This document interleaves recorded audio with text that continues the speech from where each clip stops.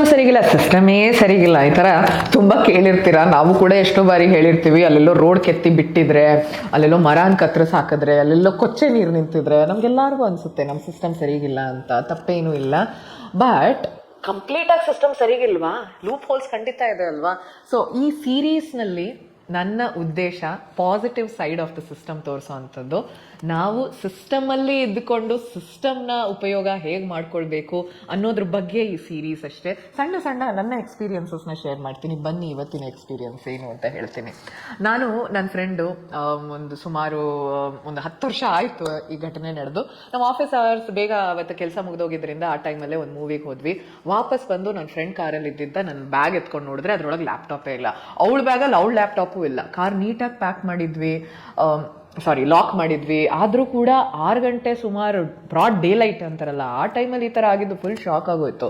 ಜನ ಓಡಾಡ್ತಿದ್ದಾರೆ, ಹೇಗೆ ಈ ಥರ ಆಯಿತು ಅನ್ನೋದು ಯೋಚನೆ ಮಾಡಿಕೊಂಡೇ ಸುಸ್ತಾಗೋಯ್ತು. ಅವಳಂತೂ ಪಾಪ ತುಂಬ ಬೇಜಾರು ಮಾಡಿಕೊಂಡು, ಯಾಕಂದರೆ ಎಲ್ಲ ಡೇಟಾ ಬಿಸ್ನೆಸ್ಗೆ ಬೇಕಾಗಿದ್ದೆಲ್ಲ ಅದರಲ್ಲೇ ಇತ್ತು. ಬಿಸ್ನೆಸ್ ಲಾಸ್ ಖಂಡಿತ ಒಳಗಾಯಿತು, ವರ್ಕ್ ಲಾಸು. ಮತ್ತು ನಾನು ಡಿಸೈಡ್ ಮಾಡಿದೆ, ಓಕೆ ಪೊಲೀಸ್ ಸ್ಟೇಷನ್ಗೆ ಹೋಗಿ ಕೇಳೇ ಬಿಡೋಣ, ಏನು ಒಂದು ಕಂಪ್ಲೇಂಟ್ ಮಾಡೋಣ ಅಂತ. ಬಟ್ ಅವಳು ಲೇಟ್ ಆಗಿತ್ತು, ಮನೆಗೆ ಮಕ್ಳು ಕಾಯ್ತಾ ಇದ್ರು. ಆಮೇಲೆ ಗೊತ್ತಿಲ್ಲ ಆಗುತ್ತೋ ಇಲ್ವೋ, ಪೊಲೀಸ್ ಸ್ಟೇಷನ್ಗೆ ಹೋಗೆಲ್ಲ ಇದೆಲ್ಲ ಮಾಡೋದ್ರಿಂದ ಏನಾದರೂ ಏನು ಸಿಗಬಹುದು ಅನ್ನೋ ರೀತಿನಲ್ಲಿ ಅವಳು ಹೊರಟ್ಲು. ನಾನು ಓಕೆ ನಾನು ಡಿಸೈಡ್ ಮಾಡಿಬಿಟ್ಟಿದ್ದೆ ಅಂತ ಪೊಲೀಸ್ ಸ್ಟೇಷನ್ಗೆ ಹೋದರೆ ಒಂದು ಲೆಟ್ರ್ ಬರ್ಕೊಟ್ಟು ಹೊರಡಿ ಮೇಡಮ್ ಅಂದರು. ನಾನು FIR ಫೈಲ್ ಮಾಡಬೇಕು. ಹಾಗೆಲ್ಲ ಮೇಡಮ್ ಇನ್ಸ್ಪೆಕ್ಟರ್ ಬರೋ ತನಕ ಕಾಯಬೇಕು ಅಂದರು. ಸರಿ ಕಾಯ್ತೇನೆ ಅಂದೆ. ಬಂದರು, ನನ್ನ ಎದುರಿಗೆ ಹೋದರು. ಎಷ್ಟೋ ಹೊತ್ತಾದ್ಮೇಲೆ ನನ್ನ ಒಳಗೆ ಕರೆದ್ರು, ಅವ್ರ ಕೆಲಸಗಳೆಲ್ಲ ಮುಗಿಸಿ.